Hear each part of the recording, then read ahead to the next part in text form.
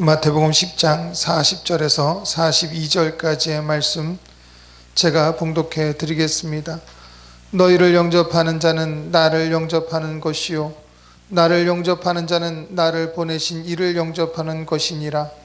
선지자의 이름으로 선지자를 영접하는 자는 선지자의 상을 받을 것이요 의인의 이름으로 의인을 영접하는 자는 의인의 상을 받을 것이요 또 누구든지 제자의 이름으로 이 작은 자 중 하나에게 냉수 한 그릇이라도 주는 자는 내가 진실로 너희에게 이르노니 그 사람이 결탄코 상을 잃지 아니하리라 하시니라. 아멘. 오늘 본문의 말씀을 가지고 성도의 삶이라는 제목으로 하나님 말씀을 함께 나누고자 원합니다. 하나님께서는 모든 그리스도의 백성들, 하나님의 백성들, 다시 말하면 성도라고 칭하는 모든 주의 백성들에게 하나님의 특권을 주셨습니다.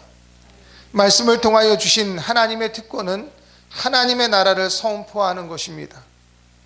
이것은 하나님의 임재, 하나님의 나라의 임재를 선포하는 것이고 오직 하나님의 나라의 백성들에게만 존재하는 특권을 주신 것이에요. 다음은 결핍을 해소시킬 수 있는 특권입니다. 그래서 예수 이름의 능력을 통하여서 결핍을 채워주는 충만케 하는 은혜를 받은 것이죠. 그리고 마지막에는 평안을 줄 수 있는 특권입니다. 평안을 빌라라는 말씀하신 그 은혜와 능력을 저와 여러분들 우리 모두에게 주어짐을 믿으시기 바랍니다. 그런데 중요한 것은 저와 여러분들이 모두가 이러한 특권을 가지고 있습니다.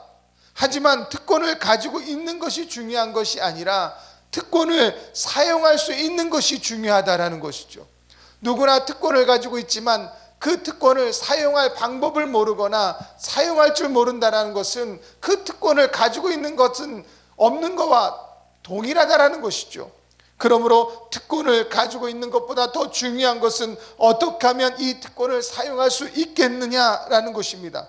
오늘 예수님께서는 오늘 본문을 통하여서 이 특권을 사용할 수 있는 그런 방법들을 말씀하여 주시고 그 방법들을 통하여서 저와 여러분들의 삶에서 하나님의 백성으로서의 특권을 마음껏 행사하며 나가는 우리 모두가 되어질 줄 믿습니다. 첫 번째로 하나님의 나라를 선포하기 위하여서는 주님을 시인해야 되는 것입니다. 본문 32절과 33절에 보면 누구든지 사람 앞에서 나를 시인하면 나도 하늘에 계신 내 아버지 앞에서 그를 시인할 것이요 누구든지 사람 앞에서 나를 부인하면 나도 하늘에 계신 내 아버지 앞에서 그를 부인하리라. 아멘. 하나님의 나라의 백성들만 하나님의 나라를 선포할 수 있습니다. 다시 말하면 우리 안에 하나님의 나라가 임재되어지는 것을 의미합니다. 그러면 어떻게 하나님의 나라가 임재될 수 있을까요? 그것은 예수님을 인정하고 모셔드렸을 때 우리 안에 하나님의 나라가 임재되어지는 거예요. 다시 말하면 주님을 시인할 때 하나님의 나라가 이루어지는 것입니다. 예수님은 하나님의 나라를 선포하셨어요. 예수님의 공생의 내내 동안에 예수님은 오직 하나님의 나라를 선포하셨습니다. 근데 예수님의 12 제자들은 예수님이 선포하신 하나님의 나라를 선포한 것이 아니라 예수님의 제자들은 예수님을 선포했다라는 것이죠. 그의 스승은 하나님의 나라를 선포했는데 그의 제자들은 스승을 선포하게 되는 것과 마찬가지입니다. 왜 제자들은 예수님을 선포했을까라는 것이죠. 그것은 예수님께서 오심으로 하나님의 나라가 임하여졌습니다. 예수님께서 십자가를 지심으로 막혔던 담이 허셨고 갇혔던 영혼들을 해방시키고 죄와 속박에서 자유를 주셨습니다. 예수님이 오심으로 하나님의 나라가 이 땅에 도래되었고 십자가의 죽으심으로 백성들은 사단의 권세에서 자유케 하셨으며 부활하심으로 말미암아 하나님의 나라를 이루셨습니다. 그래서 예수님은 곧 하나님의 나라이며 하나님의 통치시며 하나님의 사랑이시기에 제자들은 예수님을 선포한 것이에요. 그래서 예수님께서는 마태복음 11장 28절에 보면 수고하고 무거운 짐진 자들아 다 내게로 오라 내가 너희를 쉬게 하리라. 아멘. 사랑하는 성도 여러분, 우리 삶에서 가장 중요한 것은 바로 예수님을 시인하며 살아가는 거예요. 우리의 삶이 예수님을 시인하는 삶을 살아갈 때 먼저는 우리의 삶에서 하나님의 나라가 이루어지는 것이고, 다음은 우리는 담대하게 하나님의 나라를 선포할 수 있는 놀라운 능력이 임하여 진다라는 것이죠. 저와 여러분들이 살아가면서 만나는 모든 사람 앞에서 주님을 시인할 때 우리 마음속에 하나님의 나라가 이루어지고 우리는 그 하나님의 나라를 선포할 수 있게 되어지는 것입니다. 예수님께서 누가복음 17장 20절과 21절의 말씀에 보면 하나님의 나라는 볼 수 있게 임하는 것이 아니요 또 여기 있다 저기 있다가도 못하리니 하나님의 나라는 너희 안에 있느니라. 아멘. 예수님을 시인하는 저와 여러분을 주님께서도 하나님 앞에서 우리를 시인할 것이라고 말씀하셨습니다. 하나님의 나라를 선포하기 위해서는 우리가 먼저 하나님의 나라를 이루어야 합니다. 그것은 오직 예수님은 세상에 있는 어둠을 물리치시고 생명의 빛이시기에 믿는 자 안에 마귀의 일을 없이 하시며 죽기를 무서워함으로 일생의 사단의 종로로 타는 모든 자들을 놓아주시고 사단을 멸하시며 죄를 정결케 하시어 죄의 일을 없이 하신 분, 구세주이심을 시인하는 저와 여러분들만이 진정한 하나님의 나라를 이루어 나갈 수 있는 것입니다. 구원은 오직 예수, 구원은 오직 예수. 이 진리를 선포할 때, 이 진리를 시인할 때 진정한 하나님의 나라가 선포되어짐을 믿으시기 바랍니다. 지금은 그리스도 예수님이 핍박받는 시대예요. 이 시대에는 알게 모르게 오직 구원은 오직 예수라는 이 단어가 핍박받는 시대가 되어져 버렸습니다. 종교의 자유, 선택의 자유, 개인의 자유라는 이 명목하에 참 진리가 아닌 것처럼 그렇게 선포되어지는 시대가 되어져 버렸다는 것이죠. 이러한 시대에 편입돼서 지금 우리의 마음속에는 구원은 오직 예수가 흔들리고 있다는 거예요. 이것은 무엇이 흔들려지고 있다는 겁니까? 주님을 시인하는 믿음이 흔들린다는 것이고 내 안에 하나님의 나라가 흔들리고 있다는 증거이기도 합니다. 구원은 오직 예수. 이 진리 안에서 예수님을 시인하고 나갈 때 저와 여러분들 우리 모두는 하나님의 나라를 이루어 나가며 하나님의 나라를 선포할 수 있는 놀라운 특권을 마음껏 사용할 수 있는 진정한 그리스도인이 되어질 줄 믿습니다. 두 번째로는 결핍을 해소하는 특권을 사용하기 위해서는 염려하지 말고 오직 성령을 의지하는 삶을 살아야 합니다. 본문 19장 19절서부터 20절을 보면 너희를 넘겨줄 때 어떻게 또는 무엇을 말할까 염려하지 말라. 그때 너희에게 할 말을 주시리니 말하는 이는 너희가 아니라 너희 속에 말씀하시는 이 곧 너희 아버지의 성령이시니라. 아멘. 주님께서는 우리에게 당신의 이름의 권세를 주셨습니다. 이제 저와 여러분들 모두는 예수님의 이름으로 구하면 주께서 그 구하는 대로 모든 결핍을 채워주실 것입니다. 요한복음 14장 13절과 14절의 말씀에 보면 너희가 내 이름으로 무엇을 구하든지 내가 행하리니 이는 아버지로 하여금 아들로 말미암아 영광을 받으시게 하려 함이라. 내 이름으로 무엇인지 내게 구하면 내가 행하리라. 아멘. 또한 요한복음 16장 24절에 보면 지금까지는 너희가 내 이름으로 아무것도 구하지 아니하였으나 구하라 그리하면 받으리니 너희 기쁨이 충만하리라. 그러나 주님께서는 본문에서 한 가지 더 추가하셨는데 바로 아무것도 염려하지 말고 오직 성령을 의지하라는 말씀을 추가해 주셨다는 것이죠.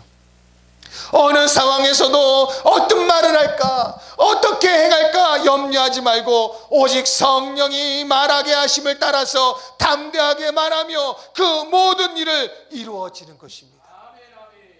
요한복음 16장 13절에 예수님께서는 그러나 진리의 성령이 오시면 그가 너희를 모든 진리 가운데 인도하시리니 그가 스스로 말하지 않고 오직 들은 것을 말하며 장래 일을 너희에게 알리시리라. 아멘. 성령이 인도하십니다. 진리 가운데 인도하신다 하셨습니다. 이 진리는 곧 말씀을 의미하며 말씀은 요한복음 1장을 통하여서 우리 가운데 선포하여 주셨던 것처럼 바로 예수님을 의미하는 것이에요.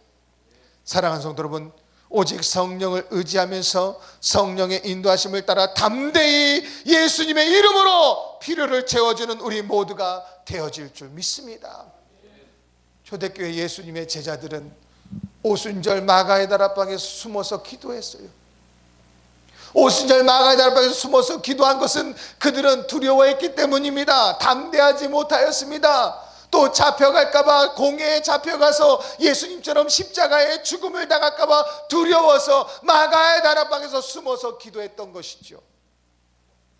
그러나 그들에게는 한 가지에 있었습니다. 그것은 예수님의 말씀을 잊어버리지 않았다는 겁니다.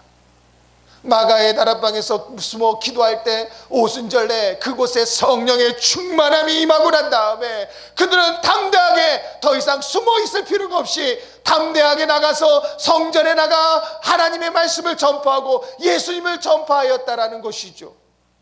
이것은 성령으로 말미암아 그들이 담대함을 얻었고, 이제 예수님의 이름으로 구하면, 예수님의 이름으로 담대하게 기도하면 하나님께서 그 모든 것을 이루신다라는 믿음이 있었기에 이들은 담대하게 나아가 예수님을 선포할 수 있었다라는 것이죠. 특히나 요한복음 사도행전 3장에 보면 베드로와 요한이 성전 미문에 있는 안질뱅이에게 말하는 것이 있습니다. 나면서부터 걷지 못하는 그에게 선포하기를, 내가 내게 은과 금은 없지만 내게 있는 것은 내게 주노니 나사렛 예수 그리스도의 이름으로 일어나 걸으라. 나사렛 예수 그리스도의 이름으로 내가 내게 준다라고 선포하고 있는 것이죠. 이것은 내가 주는 것이 아니라 예수님의 이름의 권세로 주는 것입니다. 내가 필요를 채워주는 것이 아니라 예수님의 이름으로 필요를 채워주는 놀라운 역사가 일어나게 되어지는 것입니다. 이것은 아무것도 염려하지 말고 오직 성령의 인도함을 받아 담대하게 믿음으로 선포할 때 우리는 모든 필요가 채워지는 놀라운 역사가 일어나게 되어질 줄 믿습니다. 성경은 그렇게 말씀합니다. 구하라, 그리하면 너희가 분명히 받을 것이다. 구하여도 받지 못하는 것은 의심했기 때문이요, 너희를 위하여 정욕으로 쓰기 위해서 구하기 때문이다 라고 말씀하고 있다라는 겁니다. 아무 염려하지 말고 성령의 인도함을 받아 담대하게 살아가는 저와 여러분이 될 줄 믿습니다. 우리의 상황이, 우리의 환경이, 우리가 어디 있는지가 중요한 게 아닙니다. 내 안에 믿음이 있느냐 없느냐가 중요하다는 것이죠. 내가 살아가는 삶에서 내가 어떤 삶을 살아가는가가 중요한 게 아니라 내 안에 예수 그리스도의 이름의 권세가 있는 거냐 없는 것이가 중요하다는 겁니다. 어느 나라에 있든지 어느 곳에 있든지 우리가 아무 염려하지 말고 담대하게 성령의 인도함을 받아 예수 그리스도의 이름의 권세를 마음껏 누리며 살아가는 저와 여러분이 되어질 줄 믿습니다. 인도네시아에 있었던 일이에요. 인도네시아에 교회를 설립하는데, 이 교회를 설립하는데 얼마나 어려운지. 인도네시아는 이슬람 국가입니다. 이슬람 국가 안에 국가에서 인정된 교회를 세우는 법이 있는데 그 법은 이렇습니다. 교회를 세우고자 하는 그 지역의 반경 2km 범위 내에 80%가 허락을 해야 돼요. 그러니까 주민의 80%를 동의를 얻어서 80%가 여기에 교회가 있어도 됩니다 라고 그렇게 인정될 때 세워질 수 있고요. 그것만이 다가 아닙니다. 반경 500m 안에 있는 주민들이 100%가 그 교회 설립을 인정해야 교회가 세워질 수 있습니다. 거의 불가능한 것이죠. 그러나 어느 나라에도 종교의 자유는 있어야지 국제사회에서 지탄받지 않기 때문에 이러한 법을 만들어 놓은 거예요. 선교사님이 교회를 세워야 됩니다. 하나님 앞에 응답받고 그곳에서 눈물을 흘리며 기도했더니 그 성도가 그 땅을 기증했어요. 문제는 교회를 국가에서 인정받는 교회, 불법의 교회가 아니라 인정받는 교회로 세우시고 싶은 마음이 선교사님께 들었습니다. 어떻게 하면 될까? 불가능한 일인데 어떻게 하면 될까? 그렇게 기도하다가 이 선교사님에게 하나님이 은혜를 주시기를 어떻게 주셨냐면, 야, 경찰서를 찾아가 봐라 라는 그런 담대함이 생겼어요. 경찰서에 찾아갔습니다. 경찰서 서장이 찾아왔어요. 서장을 만났어요. 선교사님이 담대하게 하나님 나에게 할 말을 주시옵소서. 성령님 나와 함께 하셔서 성령이 기도하다가 응답 주셔서 이곳에 가라 했기에 내가 담대하게 왔나이다. 내 마음에 내 입술에 말을 주셔서 하나님의 말씀처럼 성령이 말하심을 따라서 말하게 하시옵소서. 담대함을 주시옵소서. 아무 염려하지 않게 하여 주시옵소서. 예수님의 이름으로 이곳에 교회가 세워질 줄 믿습니다 라고 경찰서에 가서 서장을 만나서 담대하게 얘기했습니다. 그랬더니 그 서장이 아주 독실한 이슬람 신자예요. 서장한테 이곳에는 교회가 세워져야 됩니다. 그랬더니 서장이 그러답니다. 이곳에 교회가 세워질 이유를 얘기해 보시라고. 교회를 세워질 이유를 얘기해 줘. 그랬더니 그곳에서부터 약 2, 3년 전부터 선교사님이 선교에 후원금이 들어오거나 후원 물자가 들어오면 그것을 성도에게 나눠주는 것이 아니라 모아다가 성탄절이 되면 이 인도네시아는 성탄절을 11월 1일서부터 12월 말일까지 2달 동안 지냅니다. 그 성탄절기가 되어지면 그 옷과 그 후원품이나 아니면 후원 물자를 다 주변에 있는 그러한 이슬람 국가, 이슬람에 있는 신자든지 아니면 기독교 신자인지 그 마을에 어렵고 힘든 이웃에게 다 무료로 나눠주기 시작했습니다. 물질이 없어서 공부 못하는 학생들에게 등록금을 지원해서 공부를 하게 만들고 이런 부분들이 2, 3년 동안 다 했습니다. 그것이 사실 선교사님이 모르는 것 줄 알았어요. 이것이 아무렇지도 않은 그냥 모르고 하는 일, 드러나지 않는 일이라고 생각했는데 글쎄 경찰서 서장이 그것을 다 일일이 그 모든 것들을 알고 있는 거예요. 그런데 선교사님이 그것을 모르는 상태에서 서장이 여기에 교회가 세워질 이유를 얘기해 보세요 라고 했더니 그 순간 멈칫했답니다. 이슬람 국가 안에 이슬람의 아주 신실한 그런 서장 앞에서 이 마을에 교회가 세워질 이유에 대한 설명하려고 하니까 말문이 막히더랍니다. 그리고 속에서 어떤 마음이 드냐면 내가 어떤 말을 해도 저는 믿지 않을 거야, 저는 인정하지 않을 거야 라는 그러한 두려움이 생겼답니다. 그런데 분명히 기도하면서 가라 했으니까, 성령의 인도하심을 따라왔으니까 담대하게 그 말씀을 믿고 이야기했답니다. 이곳에 교회가 세워지면 분명히 이 지역에 있는 모든 마을 사람들에게 필요를 채워주는 역사가 일어날 것입니다. 저는 예수님의 사랑을 전하는 사람입니다. 저는 이방인입니다. 그러나 나는 예수님의 사랑을 전하는 자이기에 나는 이슬람의 신자이든지 기독교 신자이든지 어떤 사람이든지 예수님의 사랑을 전할 것입니다. 이곳에 교회가 세워지면 그 사랑이 이 지역에 가득할 것입니다 라고 담대하게 전했답니다. 그랬더니 경찰서장이 뭐라고 하냐면 당신이 진정 선교사입니다. 당신이 정말 선교사입니다. 당신 같은 사람은 이 지역에 있어야 됩니다. 서장이 자기가 그 경찰서에 있는 직원들을 다 동원해서요, 반경 2km에 있는 80%의 동의서를 받고요, 500m에 있는 모든 지역의 동의서를 받아서 그 교회에서 인도네시아 최초로 외국인 선교사가 세우는 국가에서 공인정받는 교회가 세워지는 역사가 일어났습니다. 사랑하는 성도 여러분, 내가 지금 어느 나라에 있든지 어느 곳에 있든지 어느 환경에 처해 있든지가 중요한 것이 아니라 내 안에 예수님의 권세가 있느냐가 중요함을 믿으시기 바랍니다. 성령의 인도함을 받아 담대하게 선포하고 담대하게 예수님의 이름의 권세를 행할 때 하나님의 역사는 일어납니다. 필요가 채워지는 역사가 일어납니다. 그 필요가 나의 필요가 아니라 영혼의 필요를 채워주는 귀한 역사가 일어나게 되어질 줄 믿습니다.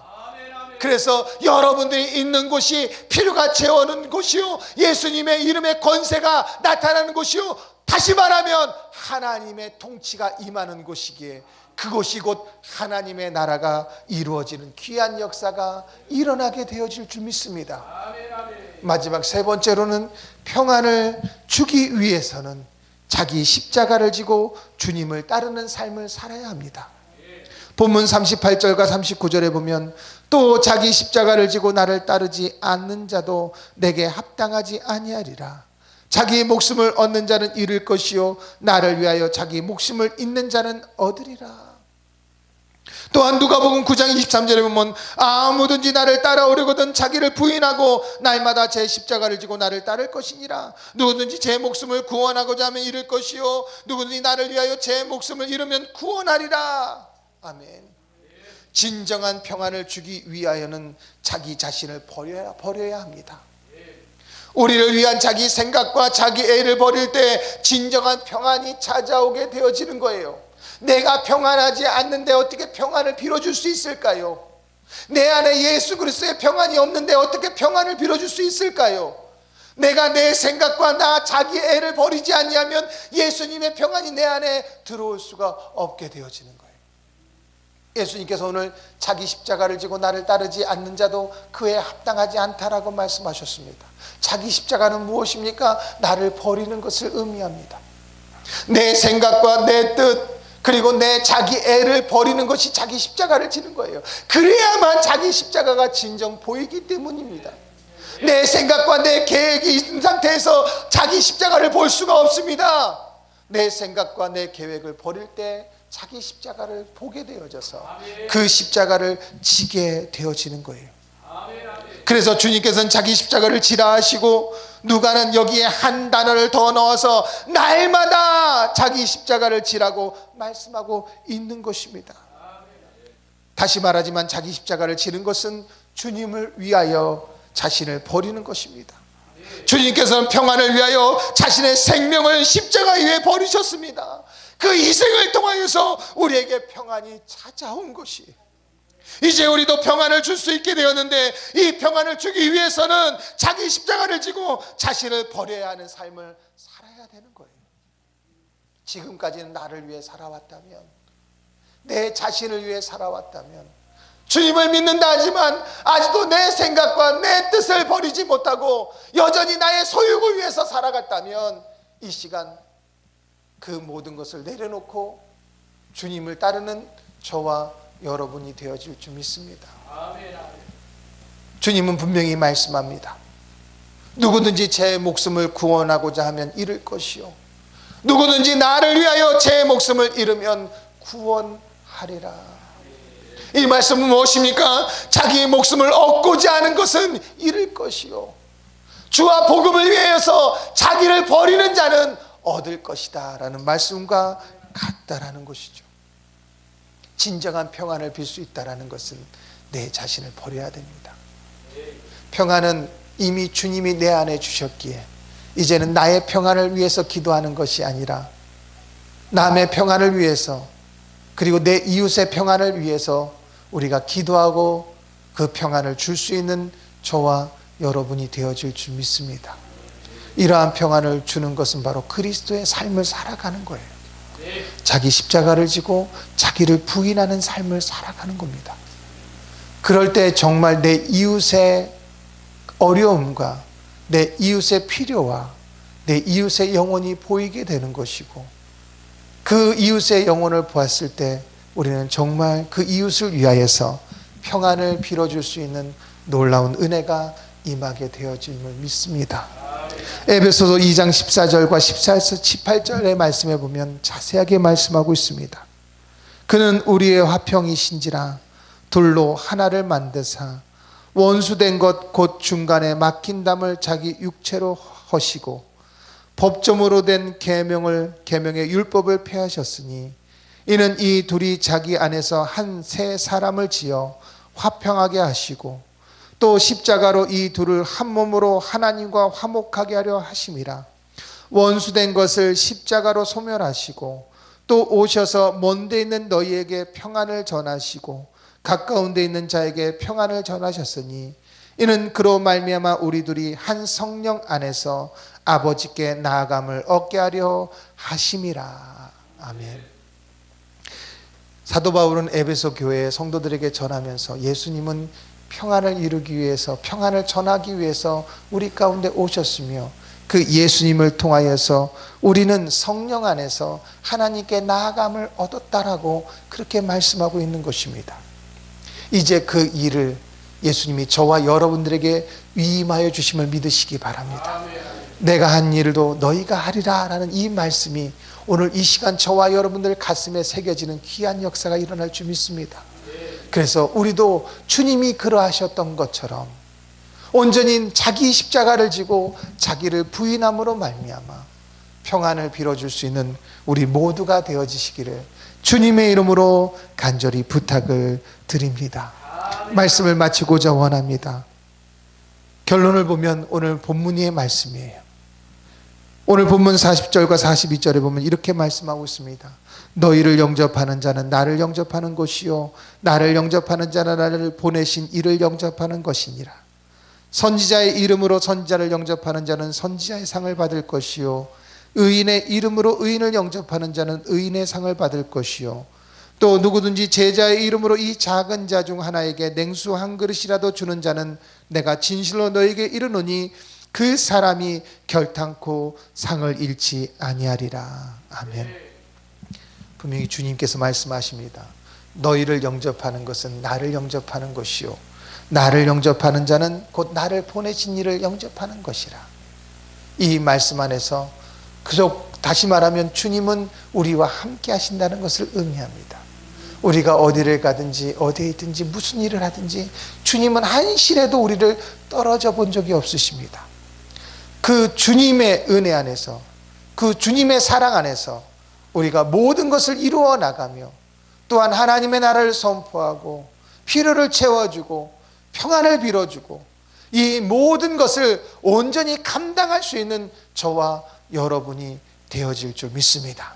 주님을 시인하며 또 성령의 인도함을 받고 자기 십자가를 지고 담대하게 나갈 때 나를 영접하는 자는 곧 주님을 영접한다라는 담대함을 가지고 나아가 그리스도를 전파할 수 있는 저와 여러분이 되시기를 주님의 이름으로 간절히 부탁을 드립니다.